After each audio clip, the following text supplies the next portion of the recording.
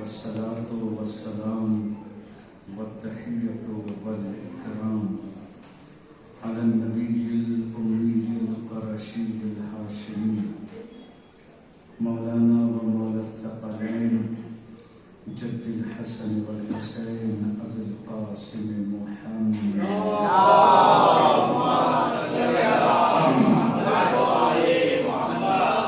وعلى آله الأطيبين الأطهرين المعصومين المظلومين المنتخبين المنتجبين ولعنة الدائمة الباقية على أعدائهم وقتلتهم وغاصب حقوقهم ومنكر فضائلهم أجمعين من الآن إلى يوم الدين.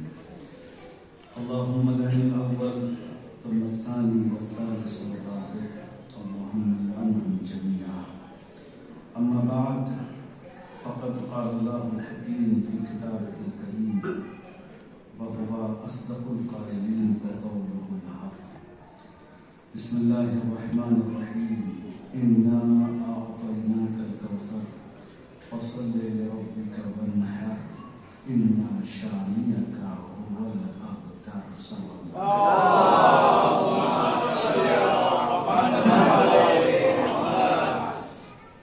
صدیقہ طاہرہ صلوات اللہ علیہ کی زندگی اور آپ کی عظمت اور آپ کی منزلت تاریخ کے اوراق میں اور صفحہ ہستی کی آغاز میں اور پوری کائنات میں جو کچھ موجود ہے وہ آپ کی وجہ سے موجود ہے. قرآن مجید نے مصداق کوثر کے حوالے سے گفتگو کی اور آپ مسلسل سورہ کے حوالے سے پہلے بھی سنتے چلے آئے اور کچھ ٹوٹے پھوٹے الفاظ آپ کے سامنے بیان کرنے کا بہرحال ذکر اہل بیت کو کرنا بھی بڑی فضیلت ہے اور اس کو سننا اس سے بڑی فضیلت ہے، چونکہ اس فضیلت کو حاصل کرنا اس کے لیے سب سے پہلے انسان کو اپنے نفس کو تیار کرنا ہوتا ہے. ذکر اہل بیت کو وہی سن سکتے ہیں جنہیں نفس پر کنٹرول اور اپنی خواہشات کے اوپر قابو ہوتا ہے، ورنہ آج کے زمانے میں 3 گھنٹے کی مووی میں وقت کٹ جاتا ہے، آدھا گھنٹے کی مجلس میں وقت یہ آسان بات نہیں، لیکن یہ حقیقت اس کو ہم جبکہ معلوم ہے کہ اس میں کچھ حاصل نہیں ہے اور ایک حقیقت ہے اور شاید اس کی وجہ کوئی اور مسئلہ نہیں ہے جو پوری انسانیت ہے. اس کو خدا رب کریم نے جس کو سورہ یاسین آپ سب پڑھتے ہیں اس میں بڑی پیاری بات اللہ نے ارشاد فرمایا الم اعہد الیکم یا بنی آدم اللہ تعبدوا الشیطان انہ لکم عدو مبین وان اعبدونی ھذا صراط مستقیم. اے اولاد آدم کیا ہم نے تم سے یہ عہد نہیں لیا ہے، یہ پرومس نہیں لیا ہے تم سے کہ شیطان کی عبادت نہیں کرو گے، پیروی نہیں کرو گے؟ اس کی وجہ یہ ہے کہ وہ تمہارا دوست نہیں ہے. انہ لکم عدو مبین، وہ تمہارا کھلا ہوا دشمن ہے. وان اعبدونی، اگر کمال تک پہنچنا ہے تو میری پیروی کرو کیونکہ میری پیروی ہی صراط مستقیم ہے. مگر افسوس اسی بات کا ہے کہ انسان چونکہ ایک وہ اللہ کی مخلوق ہے کہ اللہ نے اس کو اختیار دیا تھا کمال تک جانے کے لیے، اس نے اختیار کا استعمال کیا زوال کی طرف جانے کے لیے، اور نتیجہ آج دیکھ لیجئے فرشتوں کو یہ اختیار نہیں ہے کہ وہ اگر اللہ نے جن کو رکوع کے لیے خلق کر دیا ہے وہ سجدہ بھی نہیں کر سکتے. ان کا یہی ہے کہ تم کو رکوع میں تم کو جس کو سجدے کے لیے وہ سجدہ کرے، جس کو رکوع کے لیے خلق کیا ہے وہ رکوع کرے. یہ انسان کو اختیار ہے. لہذا اختیار وہ چیز ہوتی ہے جب کسی کو بھی اختیار ملے، اختیار ذریعہ بنتا ہے کمال تک جانے کے لیے. فرشتوں کو اللہ نے کمال نہیں دیا ہے، جیسے بنا دیا ہے بس وہی ان کا کمال ہے کہ وہ خلق ہو گئے. یہ اللہ نے کمال اس کو دیا ہے کہ چاہو تو فرشتوں سے بہتر بن جاؤ اور چاہو تو جانوروں سے پستر اور بدتر بن جاؤ. یہ کیوں؟ اس لیے کہ تمہارے پاس اختیار ہے، اور وہ اختیار کا نام ہے عقل۔ اگر انسان عقل کے پیرائے میں اور عقل کے جو ڈائریکشن ہے اس کو انسان فالو کرے گا تو انسان یقیناً اس کمال تک پہنچے گا، پھر اس کمال تک کوئی نہیں پہنچ پایا۔ اور اسی چیز کو پیش کیا پروردگار عالم نے سورہ کوثر میں۔ جناب زہرا ایک ذات نہیں ہے، ایک حقیقت ہے۔ اگر ان کو ذات میں سمیٹ کر دیکھیں گے تو شاید دنیا کی بڑی بڑی شخصیات کے حوالے سے جب گفتگو ہوئی تو ایک شخص کی گفتگو ہو جائے گی۔ جناب زہرا سلام اللہ علیہا ایک شخص نہیں ہے، بلکہ حق اور باطل کے بیچ ایک میزان ہے۔ یہ اگر اس میزان کو ہم نے سمجھ لیا، معیار حقیقت، معیار باطل، یہ آپ کی ذات پاک ہے۔ اس کے ذریعے سے انسان کو سمجھنا ہے کہ یہ نہیں دیکھنا کون کیا تھا، یہ سوال اٹھتا ہی نہیں ہے۔ ہمیں کسی کے چہروں کے ذریعے سے بات نہیں کرنی ہے، کسی کے صورت دیکھ کر بات نہیں کرتی۔ اسلام صورت دیکھ کر کہاں بات کرتا ہے؟ میں نے کل بھی آپ کے سامنے عرض کیا، نبی پر قرآن نازل ہو رہا ہے، چچا کے اوپر لعنت پیش کی، چہرہ نہیں دیکھتا۔ ایک میزان ہے میرا، اور وہ میزان کیا ہے؟ میرا راستہ، میرا میزان، میرا راستہ۔ یہاں رشتے نہیں چلتے، یہاں ناطے نہیں چلتے، یہاں قبیلے نہیں چلتے ہیں۔ اور یقین نہ ہو تو قرآن کو اٹھا کر دیکھ لو، ہم نے اپنے اولو العزم نبی کو حکم دیا تھا کشتی بناؤ، اس نبی نے کشتی بنا دی، پوری دنیا جو بیٹھ گئی وہ نجات پا رہی تھی۔ سگا بیٹا دریا کی موجوں کے درمیان کبھی ڈوب رہا ہے، کبھی نکل رہا ہے۔ اللہ کے بارگاہ میں نوح نے آواز دی، پروردگار تیرا وعدہ ہے کہ تو میرے لوگوں کو بچائے گا، یہ تو میرا بیٹا ہے، اس کو بچا لے۔ وہیں سے قرآن نے ایک میزان طے کر دیا، نوح تمہارا بیٹا تو ہے مگر تمہارا اہل نہیں ہے۔ اس اہلیت کو قرآن یہ سمجھانا چاہ رہا ہے، مگر افسوس کی بات یہ ہے، افسوس کی بات، حقیقت میں افسوس کی بات یہ ہے کہ قرآن کو پڑھنے والوں کو قرآن کا مزاج آج تک سمجھ میں نہیں آیا۔ اگر قرآن کا مزاج سمجھ میں آیا ہوتا تو لوگ شخصیات کے اوپر بات نہ کرتے، لوگ کردار کے اوپر بات کرتے۔ قرآن نے ایک مزاج پیش کر کے یہ بتایا کہ نبی کا گھر والا ہونا الگ ہے، نبی کا اہل ہونا الگ ہے۔ جب قرآن اہلیت کی بنیاد پر بیٹوں کو غرق کر دیتا ہے تو رشتہ داروں کی حیثیت کیا ہے؟ صلوات پڑھ دے محمد والے۔ اگر یہ کسی مولانا کی بات ہوتی ہے تو قرآن ہے، قرآن اس کے اوپر گفتگو کر رہا ہے۔ اب کوئی دنیا کا مسلمان آئے اور یہ کہہ دے کہ نہیں وہ بیٹا نہیں تھا، بیٹا ہے۔ اللہ کا نبی چیخ چیخ کے کہہ رہا ہے کہ میرا بیٹا غرق ہو رہا ہے۔ یہی چیز پیش کی گئی ہے بار بار مسلسل۔ میزان حقیقت، میزان حق اور باطل ذات پاک حضرت زہرا سلام اللہ علیہا ہے۔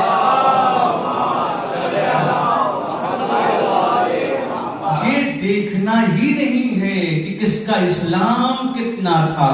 اسی لیے شاعر نے کہا کہ مقام برق یہی ہے کہ پھول راضی ہو، وہ خوش نصیب ہے جس سے رسول راضی ہو۔ جسے جسے کہو مانیں گے ہم رضی اللہ، مگر یہ شرط ہے پہلے بطول راضی۔ صلوات پڑھ دے محمد علیہ۔ اس میزان کے اوپر تو نہ ہمارا کوئی خاص رشتہ نہیں ہے۔ آج تک جو پوری کائنات میں اہل بیت کے دفاع کرنے والے، اہل بیت کے حق کا دفاع کرنے والے، ہمارا کچھ نہیں ہوا تھا۔ ہم آج اس جگہ آ کر کھڑے ہو گئے ہیں۔ آج جہاں جتنے لوگ بیٹھے ہوئے دنیا میں، جہاں جہاں بھی جو اسلام کو فالو کرتے ہیں، جو اہل بیت کا دفاع کرتے ہیں، ان کا کچھ نہیں ہوتا تھا۔ وہ کیوں؟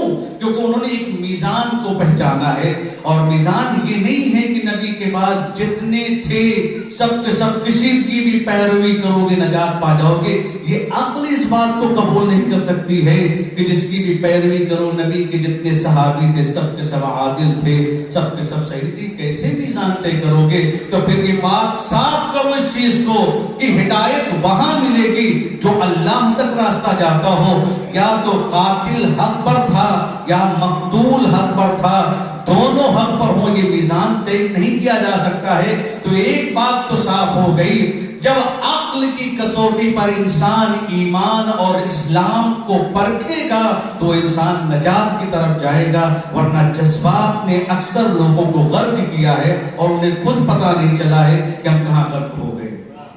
یہی وہ چیز ہے جس کو انسان نہیں سمجھ پایا۔ اِنَّا أَعْطَيْنَاكَ الْكَوْثَرَ، ہم نے آپ کو ایک میزان عطا کیا ہے جس کا نام وہ ذات ہے جو رہتی دنیا تک کے لیے یہ فیصلہ کرے گی کس کو نجات پانا ہے اور کس کو غرق ہونا ہے۔ وہ ایک ذات پاک، فَصَلِّ لِرَبِّكَ وَانْحَرْ، لیکن اتنی بڑی نعمتیں یوں نہیں مل جاتی ہیں۔ ہم نے فاطمہ کو آپ کو دیا ہے تو آپ کے لیے ضروری یہ ہے کہ اللہ کی عبادت کریں اور قربانیاں دینی پڑے گی۔ مطلب کیا ہوا، جب نعمتیں ملتی ہیں تو نعمتوں کے بدلے میں قربانیاں دی جاتی ہیں۔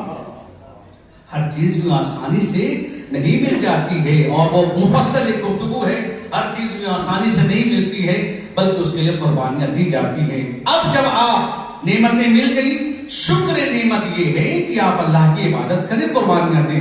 جب یہاں پر آپ پہنچیں گے تو پھر آپ مطمئن ہو جائیں گے، دنیا آپ کو چاہے جتنا کچھ کہے وہ تباہ ہو جائیں گے، آپ باقی رہیں گے۔ اسی کو ہم کو سمجھنا ہے اور اسی کو ہم کو جاننا ہے کہ حق کا ایک راستہ بالکل صاف ہے، لیکن ہماری مسلمانوں کی ایک سب سے بڑی مصیبت ہے کہ تاریخ ہمارے سامنے روز روشن کے طریقے سے واضح، مگر آج تک ہم یہ نہیں سمجھ پائے کہ ہماری خلقت کی وجہ کیا ہے۔ ہم کو پتہ ہی نہیں، ہم نے تو بس ایک چیز سوچا ہے کہ پیدا ہوئے ہیں اس دنیا سے یوں ہی چلے جائیں گے، اور اس کی وجہ صرف اور صرف یہ ہے اللہ نے ہمیں جسم دیا تھا روح کو مضبوط کرنے کے لیے، اور ہم نے جسم کو سہارا بنا دیا روح کو ضعیف کرنے کے لیے۔ جسم ہم کو اسی لیے ملا تھا تاکہ وہ جو ہم سے اللہ نے عہد و پیمان عالم ارواح میں لیا ہے، عالم میثاق میں جو ہم سے اللہ نے لیا ہے، اس عہد و پیمان کو چونکہ بغیر پریکٹس کے نہیں حاصل کیا جا سکتا ہے، تو اللہ نے ایک ابزار دیا ہے، ایک وسیلہ دیا تھا تاکہ روح کا جو مزاج ہے اس کو عملی کر کے دکھایا جائے اور اس کمال تک پہنچا جائے۔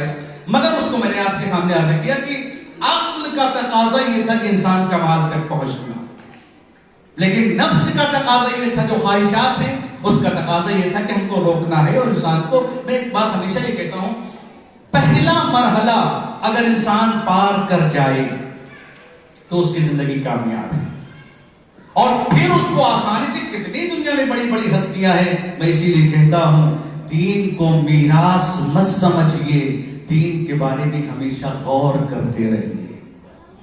دین جب میراث میں آتا ہے نا تو پھر میراث کی ویلیو نہیں ہوتی ہے۔ اور یقین نہ جانیے، یقین نہ ہے تو جائیے کبھی ان لوگوں کے گھروں میں جن کو باپ دادا پردادا زمینیں اور جائیداد دے کر چلے گئے ہوں، تو اپنی عیش و عشرت کے لیے زمینوں کو بیچ کر گزار دیتے ہیں، اس لیے کہ میراث کی قدر کوئی نہیں کرتا، کمائی ہوئی چیزوں کی قدر ہر کوئی کرتا ہے۔ دین میراث نہیں ہے، دین کو انسان اختیار کرنے کے لیے، اس کو آگے تک لے جانے کے لیے ضرورت ہے ہمیشہ دین کے بارے میں غور و فکر کیا جائے کہ ہم کیوں ہیں۔ یہی وجہ ہے، آپ دیکھ لیجیے جن لوگوں کو میراث میں دین ملا تھا ان کو آپ دیکھ لیجیے، جنہوں نے اہل بیت کی معرفت حاصل کی تھی ان کی آپ زندگی دیکھ لیجیے، زمین سے آسمان تک کا فرق نظر آئے گا۔ آپ دیکھ لیجئے پورے عالم اسلام کو تو چھوڑ دیجئے، پورے عالم اسلام کی بات ہی میں یہاں پر نہیں کر رہا ہوں، ایک وہم قلبی کا جواب لانا مشکل ہے۔ کیوں؟ کیونکہ اس نے امام وقت کی معرفت حاصل کی۔ چند دنوں کا شادی شدہ جوڑا اپنے آپ کو جب معرفت کے راستے پر چلا ہے تو اپنے آپ کو تمام دنیا کی لذتوں سے الگ کر کے اپنے آپ کو اس امام وقت کے قدموں پر قربان کر دینے کو کمال سمجھ رہا تھا۔ لیکن جنہوں نے میراث کو دین میں پایا تھا، جنہوں نے میراث کو دین میں اختیار کیا تھا، آپ دیکھ لیجئے امام حسین خانہ کعبہ کے پاس خطبہ دے رہے ہیں، لوگوں کے کان پر چوں نہیں دیکھ رہی تھی، جو ان کو یہ پتا چل رہا تھا تھا کہ دین شاید نماز پڑھنا ہے، لہذا وہ نمازیں اور طواف کرتے رہے، حجت خدا کعبے سے چلی گئی. لیکن جس نے دین کو یہ سمجھا تھا نماز ذریعہ ہے امام وقت کی معرفت، روزہ ذریعہ ہے امام وقت کی معرفت، حج ذریعہ ہے امام وقت کی معرفت، لہذا تاریخ میں لکھا جب عصر عاشور کا وقت تھا دنیا جا کر لڑ رہی تھی، ایک امام کا صحابی ایسا تھا جس نے امام سے جملہ ایک کیا. جب امام نماز کے لیے کھڑے ہوئے کسی ظالم نے امام کی شان میں گستاخی کیا ہے تو وہ صحابی پڑھتے ہیں مولا آپ نماز پڑھیے، ہم انشاءاللہ آپ کے جد کے ساتھ نماز پڑھیں گے، کیونکہ وہ جانتے تھے نماز کی حقیقت امام وقت کا دفاع کرنا ہے. اس چیز کو انہوں نے پرکھا، ورنہ لوگ کتنے تھے. آج کتنی دنیا میں نمازیں ہو رہی ہے. نماز ایسا نہیں ہے کہ مسجدیں، آپ دنیا کی مسجدوں کو دیکھ لیجئے کتنی عالیشان مسجدیں، اور اسی لیے کہا گیا کہ آخری دور وہ ہوگا جب مسجدیں تو نمازیوں سے بھری ہوں گی لیکن نمازیوں کے دل ذکر خدا سے خالی ہوں گے. آپ کسی کو ذکر خدا، فاطمہ تو زہرا سلام اللہ علیہا کی زندگی دیکھیے، کیا حقیقت زندگی ہے. ایک وہ سال 18 سال کی زندگی آپ نے دیکھیے، اس 18 سال کی زندگی نے قیامت تک کے لیے دین کو محفوظ کر دیا. ہم ذرا سا اس مسئلے، لیکن یہ زندگی کب بنے گی؟ ایسی زندگی کب ہم کو نصیب ہوگی کہ جب ہم اپنی زندگی کے ہر لمحے کو دین کی حفاظت میں شامل کرتے اور دین کی حفاظت کے لیے خرچ کرتے. وہ تب ہوگا جب انسان ان کو جانے گا کہ انہوں نے کیا کیا ہے. اہل بیت اس دنیا میں بڑی معذرت کے ساتھ، اور میں اپنے لیے کہتا ہوں، اہل بیت علیہ السلام اس دنیا میں اس لیے نہیں آئے کہ جب ہم آ جائیں تو تم خوشیاں مناتے رہو، جب ہم چلے جائیں تو تم روتے رہو. یہ محبت کا تقاضا ہے، لیکن اس سے بڑھ کر ایک تقاضا ہے، وہ یہ ہے کہ جب ہماری زندگی تمہارے سامنے آئے تو کم سے کم یہ دیکھو کہ ہم نے وہ کون سے کام کیے جو اسلام کی بقا کا ذریعہ بنا.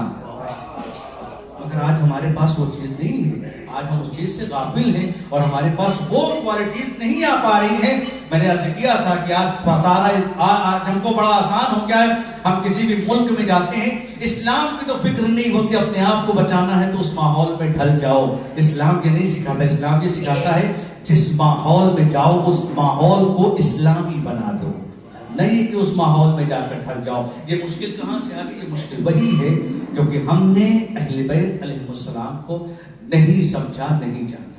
اِنَّا أَعْطَيْنَاكَ الْكَوْثَرَ، رسول ہم نے آپ کو کوثر عطا کیا، فَصَلِّ لِرَبِّكَ وَانْحَرْ، اپنے رب کے لیے نمازیں پڑھیے اور قربانیاں دیجیے. حقیقت فاطمہ کیا ہے؟ حدیث قدسی جس نے اس حقیقت کو پیش کیا، لولاک لما خلقت الافلاک، اگر آپ نہ ہوتے تو یہ کچھ نہ ہوتا. پھر حدیث قدسی بعض لوگوں نے اس کو ذکر کیا، لولا علی لما خلقتک، اگر علی نہ ہوتے تو آپ کو خلق نہ کرتا. پھر حدیث آگے بڑھی، لولا فاطمہ لما خلقتکما، یعنی اگر فاطمہ نہ ہوتی تو ہم آپ دونوں کو خلق نہ کرتے. اگر یہ بات یہیں پر رک جاتی، ایک حدیث اور ہے، لولا الحجہ لساخت الارض باہلہا، اگر حجت نہ ہو تو یہ زمین اپنے اہل کے ساتھ ختم ہو جائے، تباہ ہو جائے. حجت کیا ہے؟ کیا حجت وہ چیز ہے جو کسی چیز کے وجود کی دلیل ہو. حجت اسے کہتے ہیں جو کسی چیز کے وجود کی دلیل ہو. امام 8ویں امام نے فرمایا اسی حجت کو پیش کر کے، نحنو حجت اللہ علی خلقی و امنا فاطمہ حجت اللہ علینا، ہم جو معصومین جو دیکھ رہے ہو یہ ہم ہیں، اس کا مطلب ہم تمہارے اوپر اللہ کی حجت ہے. مطلب کیا ہے؟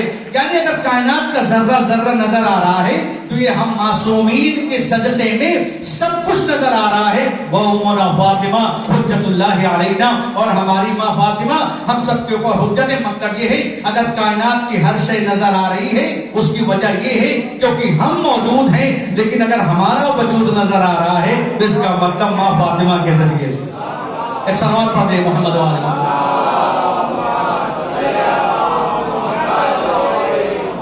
اس حقیقت ہستی کا نام ہے فاطمہ الزہرا سلام اللہ علیہا. لوگ یہ سوچتے ہیں کہ شاید اصل میں ہم ہر جگہ معجزے کی تلاش میں ہوتے ہیں. نور روشن ہو، آنکھوں کے بند کر لینے سے اس کا نور ختم نہیں ہو جاتا ہے، لیکن حقیقت یہ ہے کہ یہ جو خواہشات ہیں ہماری نفس امارہ، ایک مثال عام طور پر دی جاتی ہے کہ اگر سیٹلائٹ بھی جب بھیجی جاتی ہے اور آپ دیکھتے ہوں گے سب سے اہم اس کا ایریا کیا ہوتا ہے، کہتے ہیں کہ اگر زمین کے ایریے سے اس کو باہر نکال دیا جائے تو پھر وہ سیٹلائٹ پھر اسپیس میں چلی جائے گی، پھر وہ واپس نہیں آئے گی۔ انسان کے اندر بھی ایک ہے جو گریوٹی سسٹم انسانی ہے، وہ کیا ہے، اس کا نام نفس امارہ ہے۔ اگر انسان صرف اپنے نفس امارہ کو کنٹرول کر لے تو پھر انسان ترقیات کی طرف بڑھتا چلا جائے گا۔ یہی وہ چیز ہے جس نے انسان کو آگے بڑھنے نہیں دیا۔ ہر جگہ انسان کو اس نے روک کے رکھا ہے، کیونکہ ہم نے اپنے ظاہری لذتوں کو دیکھا اور حقیقتوں سے دور ہو گئے۔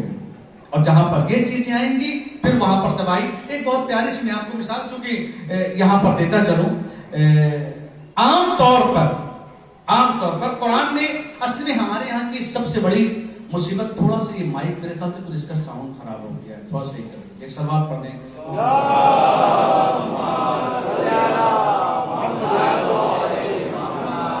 قرآن جو ایک زندگی ہے، قرآن کی جو حقیقت ہے، اہل بیت سمجھ میں اس لیے کیوں نہیں آئے؟ کیونکہ اہل بیت قرین قرآن ہے۔ لاکھ ایک مسلمانوں میں دو طریقے کے نظریات چلے، بڑی معذرت کے ساتھ۔ ایک تو وہ نظریہ چلا کہ قرآن کافی ہے، دوسرا نظریہ کہ قرآن کو اتنا غور سے دیکھیں گے، وہ اہل بیت کو کافی سمجھ لیا، اور دونوں نظریے باطل ہیں۔ قرین قرآن اہل بیت، قرین اہل بیت قرآن، یہ ثقلین۔ قرآن نے ہر چیز کو پیش کیا، لیکن یہ جو خواہشات ہیں انہوں نے ہم کو آگے بڑھنے نہیں دیا۔ اصحاب سبت کا بہت بہترین قرآن میں داستان پیش کی گئی، یہ جو آج کل ہمارے سماج میں پیش ہو رہا ہے۔ اسلام نے جب ایک چیز کو منع کیا تو فوراً اس کے لیے کوئی نہ کوئی ہیلا تلاش کرنا، بہانہ تلاش کرنا شروع کر دیتے، کوئی جگاڑ نکل آئے اور یہ کام ہم اپنا کر لیں۔ اصحاب سبت، بنی اسرائیل، یہ آج جو اسرائیل ہے اس کے کنارے بستی تھی، علاق کا جو ایریا ہے وہاں پر لوگ رہتے تھے۔ اصحاب سبت، انسان ہو یا حیوان، ہر ذات کو، ہر چیز کو اللہ نے ایک عام محسوسات کی دنیا میں رکھا ہے اور ایک تعقلات کی دنیا میں۔ ہمارے پاس تعقلات ہیں، عقل، تعقل اور فکر کرنے کی صلاحیت ہے، حیوانات کے پاس نہیں ہے، لیکن کچھ چیزیں حیوانات بھی محسوس کرتے ہیں۔ وہ کیا ہے؟ آپ محبت کریے تو وہ محبت کرے گا۔ آپ کبھی کبھی دیکھیے درندہ صفت جانور بھی جن کو صرف مار کر کھانا اور پینا ہوتا ہے، آپ ذرا سا ان سے بھی پیار کریے تو وہ بھی پیار کرتے۔ شیر جیسا درندہ بھی کبھی کبھی انسانی حرکتیں کرتا ہے۔ وہ کیوں ہے؟ اللہ نے اس کے اندر ایک چیز کو رکھا ہے، دنیا کے بچوں کو پھاڑ کے کھا جانے والا، اپنے بچوں کی حفاظت میں زندگی گزار دیتا ہے۔ یہ کون رکھنے والا ہے؟ کہ یہ عقل اللہ نے اس کو نہیں دیا مگر ایک شعور دیا ہے، ایک احساس دیا ہے، جس احساس کا نام ہر چیز کے اندر اللہ نے رکھ دیا ہے۔ آپ دیکھیں اصحاب سبت، سنیچر والے لوگ، سبت عربی میں کہتے ہیں جو مرکو وغیرہ سے ہیں، وہ یعنی وہ جانتے ہوں گے کہ سبت اور بہت سے اس کا عربی میں نام سنیچر کو بولتے ہیں، شنیوار کو سبت بولتے ہیں۔ ان کے اوپر یہ منع کیا گیا تھا، پوری داستان قرآن میں ذکر ہے۔ منع یہ کیا تھا کہ سنیچر کے دن تم مچھلی نہیں پکڑو گے، سنیچر کے دن آپ مچھلی کا شکار نہیں کریں گے۔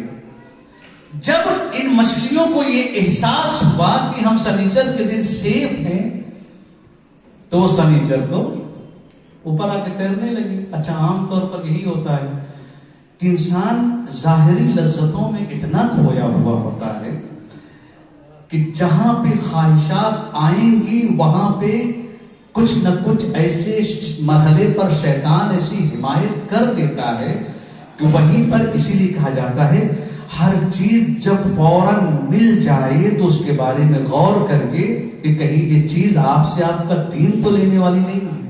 آج ہمارے جوان بڑی آسانی سے سوچ لیتے ہیں یوٹیوب ہمارے لیے فری ہے، فیس بک ہمارے لیے فری ہے، انسٹاگرام ہمارے لیے فری ہے۔ کسی بزرگ نے بہت اچھی بات کہی تھی کہ جب کوئی چیز فری میں آپ کو دی جا رہی ہو تو سمجھ لیجیے اس کی قیمت آپ ہے، وہ آپ قیمت ہمیں محسوس نہیں ہوتا ہے۔ اور آج دیکھ لیجئے کہ ہم کہاں سے کہاں پہنچ گئے ہیں اور ہم اپنے آپ کو بیچ چکے ہیں۔ بظاہر ہم یہ سوچ رہے ہیں کہ ہم نے اس کو استعمال کر دیا لیکن ہم خود استعمال ہو رہے ہیں, ہمیں اس کا احساس نہیں ہو رہا ہے, اور یہی ہماری تباہی کی بڑی وجہ ہے. اصحاب سب جہاں پر ان کو یہ لگا کہ اب تو مچھلیاں کریں کیا کریں, شکار کر نہیں سکتے, تو شیطان نے کہا شکار کرنے کو مطلب یہ مار کے کھا جانا, مار کے پکڑ کے بیچ دینا. ایسا کرو کہ سنیچر کو پکڑنا نہیں ہے, کچھ گڈھے وڈھے بنا دو ادھر سے ادھر, یہ ادھر بیچاری تیر کے آ جائے گی, اتوار کو پکڑ لیں گے.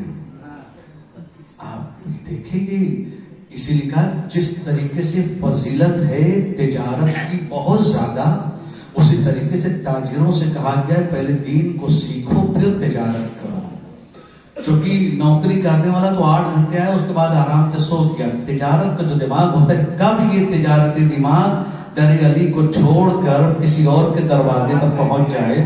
ایسے بہت سے آپ کو ملیں گے تاجر جو پیسے کو اتنا اہمیت دینے لگتے ہیں کہ بظاہر وہ لگتا ہے کہ وہ گناہ نہیں کر رہے ہوتے, بظاہر, لیکن در حقیقت وہ اپنے تجارت کو گناہوں کے راستے میں لے کر گھس جاتے ہیں. جب وہ ہیلے تلاش کرنا شروع کرتے ہیں, بہانے تلاش کرنا شروع کرتے ہیں, اور ان کے دماغ میں یہی چیز آ گئی کہ شکار کرنا سنیچر کے دن منع ہے نا, ہمیں شکار کرنا ہی نہیں ہے. دریا میں مچھلیاں آ گئی ہیں, وہ بیچاری مچھلیاں بھی ان کو لگا کہ ہم شکار سے بچ جائیں گے, لیکن ان کو کیا پتا ہے کہ اس بشری فکر سے, وہ ہمارے یہاں کہتے ہیں نا کچھ لوگ بڑے کائیاں ٹائپ کے ہوتے ہیں, وہ اس میں بھی کچھ کائیاں, یہ ہماری طرف تو استعمال ہوتا ہے, وہ بڑے کھٹپائی ٹائپ کے لوگ. ہر سماج میں ایسے ہوتے جو کب کہاں موڑ دیں. کبھی کبھی تو سامنے والا اگر دین کا مجتہد بھی ہو تو سامنے والا ایسے بات کو گھما دیتا ہے کہ وہ مجتہد بھی تھوڑی دیر کے لیے پریشان ہوتا ہے, سوال کیا ہوا ہے, ایسا گھماتے ہیں, یہ ہو وہ ہو. میں کبھی کبھی یہ سوچتا ہوں کہ ایسے سوالات آتے کہاں سے ان کے پاس, ایسے خطرناک ٹائپ کے سوالات. یہ سوالات نہیں ہوتے, یہ در حقیقت جب انسان اپنے غلط عمل کو صحیح ثابت کرنا چاہتا ہے تو اپنی غلطیوں کی توجیہ کرتا ہے, اور یہیں پر ضرورت ہوتی کہ دیکھو اور اس چیز کو سمجھو کہ اسلام کیا چاہ رہا ہے, دین کیا چاہ رہا ہے. انہوں نے یہی کیا, اور یہ کیا کہ گڈھے نالیاں بنا دی اور گڈھے کر دیے کہ بیچاری مچھلیاں تیرتے ہوئے اس نالیوں کے ذریعے سے گڈھے پہنچیں گی, اور اتوار کے دن ہم ان کو آرام سے پکڑیں گے اور لے جا کر بیچیں گے. اور شروع کر دیا یہ کام, شروع کر دیا, اس میں بہترین ان کو پروفٹ ملنے لگا, بہترین دھندا ان کا چل پڑا, خوب پیسے انہوں نے کمائے, اچھے سے انہوں نے پیسے کو لوٹا. لیکن ایک بات میں ضرور عرض کروں گا کہ کبھی کبھی زندگی میں ہر چیز کا مل جانا, جو ابھی میں نے آپ کے سامنے عرض کیا, یہ ضروری نہیں ہے کہ وہ ہم کو مل رہی ہو سکتا ہے الہی رسی ہو جو ڈھیل دی جا رہی ہے, جب وہ ٹائٹ ہوتی ہے تو پھر توبہ کرنے کی بھی فرصت نہیں ملتی. یہ بہت ضروری ہے سوچنا کہ یہ دیکھا جائے. اسی لیے آپ کو ادھر آؤں میں ایک بات آپ بتا دوں, ہمارے سماج میں بھی ایسا ہوتا ہے کہ جوان کبھی کبھی کہہ بیٹھتے ہیں اس چیز کو کہ مولانا صاحب ہم اتنی محنت کرتے ہیں, سب کچھ حلال کی کمائی ہے فلانا, لیکن زیادہ پیسے نہیں ہے اور یہ ہے وہ ہے. ان کو دیکھیے سماج میں ہمارے بہت سے ایسے لوگ ہیں جو کچھ نہ مسجد میں آنا, نہ نماز پڑھنا, گھر پہ بھی نمازیں چھوڑ دینا, مگر دنیا کیا اللہ نے دی ہے. جناب موسیٰ قوم نے بھی ایک ایسا انسان ہے, اس نے جو ہے وہ بہت پیسے کمائے اس نے, اور نہ تنہا پیسے کمایا. سب سے بڑی کمی نے جو جناب ایوب کے بارے میں آپ کو داستان کے تھوڑا سا اشارہ کیا تھا, اکثر یہ ہوتا ہے کہ جو بے دین ہوتے ہیں وہ اپنی بے دینیوں کو جب کامیابیاں ظاہری سکوں کو جمع کرنا سمجھتے ہیں تو وہ عام طور پر دینداروں کو تانا دیتے ہیں, تم نماز پڑھو, کیا ملا تم کو, اللہ نے کیا دیا, تم روزے رکھ رہے, تم کو ہم کو دیکھو, کبھی کبھی نماز پڑھ لیا تو پڑھی گا, اللہ کا شکر ہے 4 گھر یہاں ہے, 5 گھر احمد آباد میں, بیٹا امریکہ میں ہے, لندن میں ہے, فرانس میں ہے, پوری دنیا کے شکار. اب یہ بیچارہ اگر ایمان کا ذرا سا کمزور ہوا تو ٹینشن میں تو آ جاتا ہے, لگتا ہے ہماری نماز قبول نہیں ہوتی, یا اللہ میاں بھی جس کو دینا چاہتے دنیا ہی میں جنت دے دیتے ہیں, ہم کو تو بس ستا کے رکھتے, نعوذ باللہ ایسی فکر آ جاتی ہے. یہی اس سوچ بنی اسرائیل کے آدمی نے نبی کے صحابیوں کے سامنے پیش کی. تم تو دن بھر کے نمازی, روزے دار, عبادت کرنے والے, تم کو اللہ نے کیا دیا ہے؟ ہم کو دیکھو سب کچھ اللہ نے دے دیا ہے، دولت ہے، شہرت ہے، اختیارات ہے، اپنی منزلت ہے، سب کچھ ہے، سماج میں عزت ہے. اور سماج کی تو میں بات کر رہا ہوں، سماج کا سب سے بڑا المیہ یہ ہے، اور یہی کہ میں بات جہاں پہ ختم کرنا چاہوں وہ یہی ہے، سماج نے ہمیشہ ظاہر کو دیکھا ہے، اور حقیقت یہ ہے دینداروں کی کبھی سماج میں اہمیت تھی ہی نہیں، ہمیشہ زر فروشوں کی، دولت مندوں کی حیثیت تھی. اور اگر یہ حقیقت نہ ہوتی تو علی کو کبھی بھی خانہ نشینی نہ کرنی پڑتی، اور بے غیرتوں کو کبھی بھی لوگ اپنے سر کا تاج نہ بناتے، چونکہ دنیا نے ظاہری چیزوں کو دیکھا تھا، لہذا تو ظاہری چیزوں کو دیکھ کر کمال سمجھتے تھے، ان کو دنیا مل گئی، آخرت سے کوئی سروکار نہیں تھا. اس نے جب کہنا دیا تو جناب موسیٰ نے کہا بات تمہاری ہے، میں تو ایک میسنجر ہوں، اللہ تک بات کو پہنچا دوں گا. پہنچے. اللہ تیرے بندوں کی یہ شکایت ہے کہ جو کچھ عمل نہیں کرتے اس کو تو نے سب کچھ دیا ہے، یہ بیچارے دن بھر عبادتیں کرتے ہیں پھر بھی ان کو کچھ نہیں ملا. اللہ نے کہا یہ تم سے کس نے کہہ دیا کہ اس کے اوپر کچھ نہیں ملا، اس کو سب کچھ مل گیا؟ کہا نہیں، سب سے بڑی نعمت یہ ہے کہ میں نے اس کے اوپر وہ کام کر دیا تو اس کو محسوس نہیں ہو رہا ہے، ان کو وہ چیز عطا کر دی ہے جو یہ محسوس نہیں کر پا رہے ہیں. ہم نے اس کو دولت تو دی ہے لیکن اس کے دل سے اپنی محبت کو لے لیا ہے، اور ان کے پاس دولت نہیں ہے مگر ان کے اندر عبادت کا مزہ ڈال دیا ہے. جب انسان کو دو طریقے کی زندگی ہوتی ہے، ایک کبھی کبھی یہ ہوتا ہے کہ آپ ایسے سماج میں آپ جا کر دیکھ لیجیے، دولتیں جسم کے سکون کا ذریعہ تو بن سکتی ہیں، لیکن بڑے بڑے سماج میں آپ نے جا کر دیکھا ہوگا ساری زندگی دولت کمانے والے رات رات بھر بستر پر کروٹیں بدلتے ہیں، نیند نہیں آتی ہے. دیکھ لیجیے جا کر سماج میں، اور کتنے ایسے ہیں گھر میں کھانے کو نہیں ہے مگر کتنے سکون سے زمین پر لیٹے ہوئے سو رہے ہوتے ہیں. اس کو بے قراری اور اس کو سکون کس نے عطا کیا ہے؟ اگر دولت سکون کا ذریعہ ہوتی تو ہر انسان مطمئن ہوتا. اور تاریخ کو دیکھ لیجئے، اللہ نے دولت دی ہے جس کو دولت، تو امام علی نے فرمایا نا جو بلاغہ میں، اس دنیا کی حیثیت میری نگاہوں میں ایک کوڑی کے ہاتھ میں ایک نجیب جانور کی اوجھڑی جیسی ہے، یہ حیثیت ہی نہیں ہے میری نگاہ میں. انی قد طلقتک ثلاثا لا رجعت فیہا، میں نے تجھے 3 طلاق دے دیا ہے، اب تو رجوع بھی نہیں کر سکتا ہوں. طلاق میں بائن دے کر علی بیٹھے ہیں، مگر تاریخ یہ بتاتی ہے علی کا حق لوٹنے والے ساری زندگی پریشان تھے، اور علی ہمیشہ رضائے پروردگار کی چادر اوڑھ کر سوتا رہا.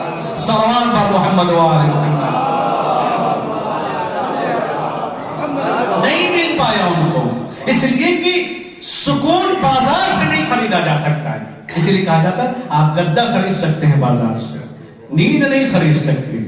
نیند کے لیے اس قلب مطمئنہ کا ہونا ضروری ہے، ورنہ آپ ایک ظاہری سی بات ہے، جملہ آپ سے میں کہہ دوں کہ اگر دل میں سکون نہ ہو تو نبی ساتھ ہو پھر بھی پریشان، لیکن اگر دل میں سکون ہو، سروں پر تلواریں چڑھی ہو پھر بھی وہ سو رہا ہے. یہ کون سی بات ہے؟ یہ وہ نفس ہے جو اللہ کے ساتھ جب سودا کر لے اپنی زندگی کا.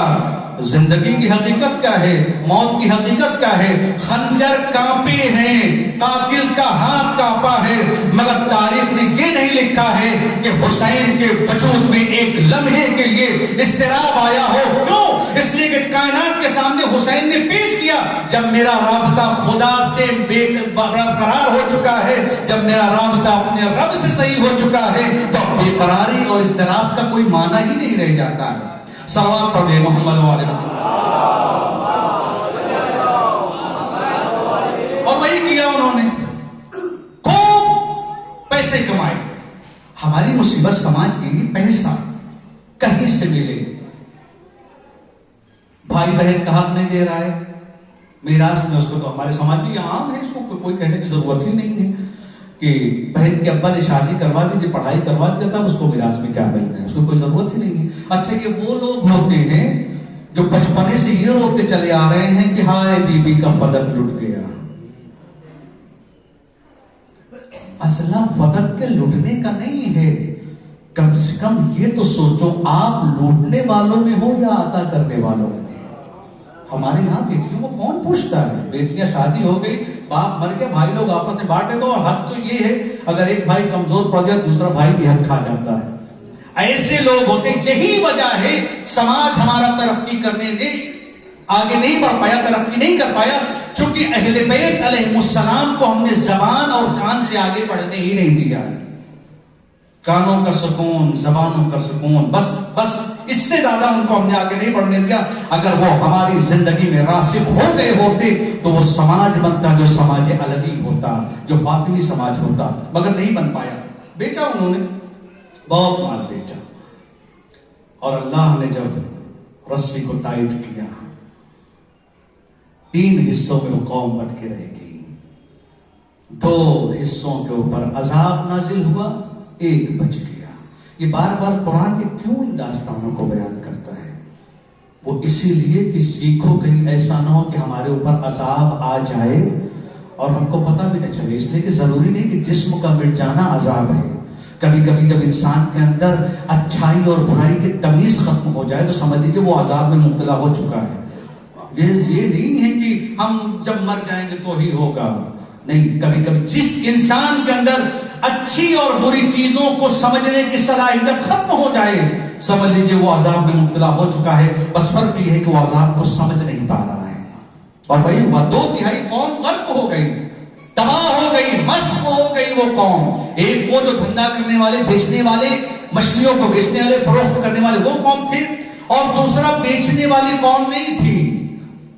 مگر وہ سماج بیچ رہا تھا, ٹوکنے والے نہیں تھے. ہم سے کیا مطلب ہے؟ ابھی یہیں پر 2 مومنوں کی لڑائی ہو جائے, باقی سارا مجمع گھر چلا جائے گا, لڑتے ہی رہتے ہیں.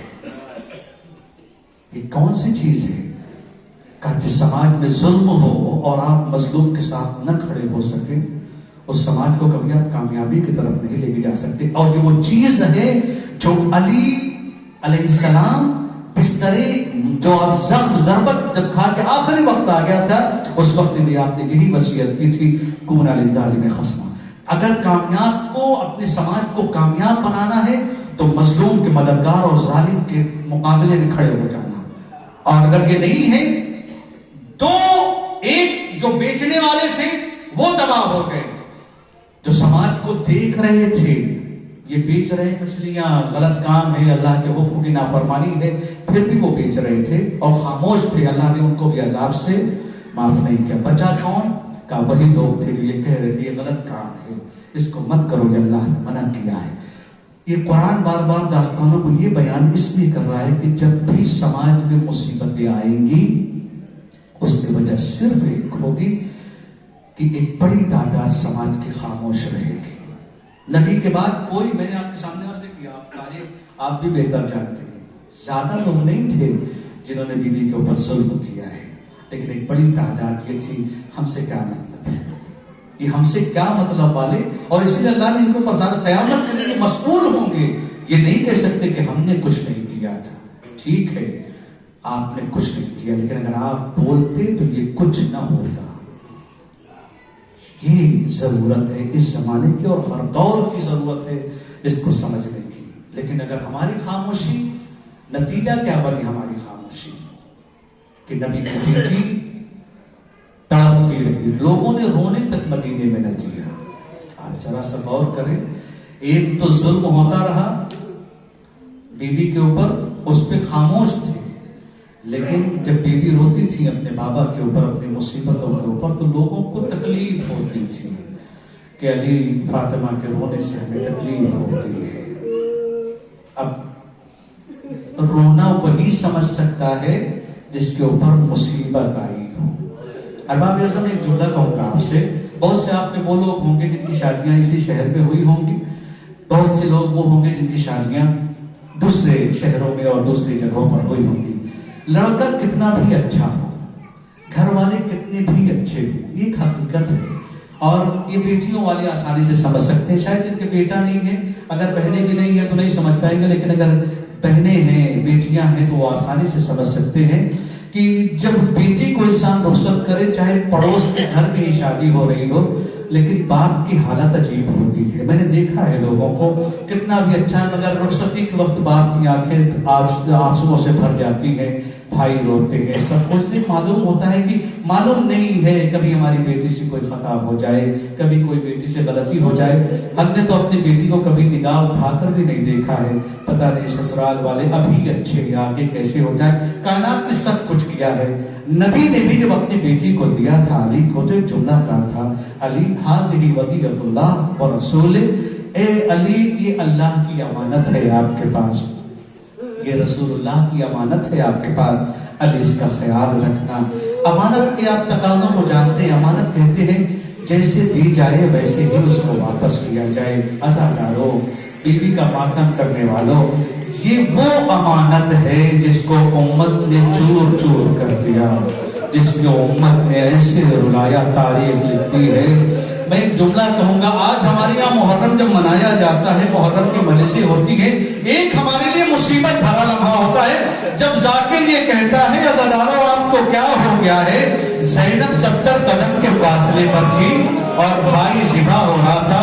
یہ عزاداروں کربلا میں 50 سال کے بعد بہن 70 قدم کے فاصلے پر تھی اور بھائی ذبح ہو رہا تھا، لیکن 11 ہجری میں بیٹی باپ سے 7 قدم کے فاصلے پر ہے اور ظالم اس کو تماچے مار رہا ہے، ظالم اس کو تازیانے مار رہا ہے۔ عزاداروں سنیں گے جب دروازے پر ہجوم ہوا ہے، بی بی کے اوپر حملہ کیا ہے، تاریخ کہتی ہے مرتبہ جب حملہ ان لوگوں نے کیا ہے، ایک طرف گلفز ہے، ایک طرف وہ ملعون ہے اور ایک طرف مغیرہ ہے۔ سنیں گے جب دربار معاویہ میں امام حسن کو بلایا گیا ہے اور مغیرہ نے امام سے ایک جملہ کہا ہے، حسن شاید تم نے مجھے پہچانا نہیں، حسن شاید تم نے مجھے جانا نہیں۔ در حقیقت امام کے درد کو وہ اجاگر کرنا چاہتا تھا، امام کے درد کو بتانا چاہتا تھا، حسن تم نے پہچانا نہیں۔ ایک مرتبہ امام نے